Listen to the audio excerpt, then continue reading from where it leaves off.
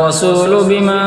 أنزل إليه من ربه والمؤمنون كل آمن بالله وملائكته وكتبه ورسله لا نفرق بين أحد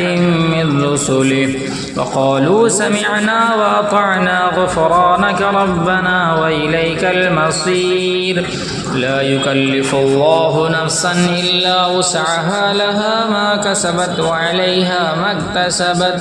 ربنا لا تؤاخذنا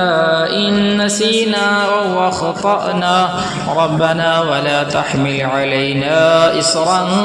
كما حملته على الذين من قبلنا ربنا ولا تحملنا ما لا طاقة لنا به واعف عنا واغفر لنا وارحمنا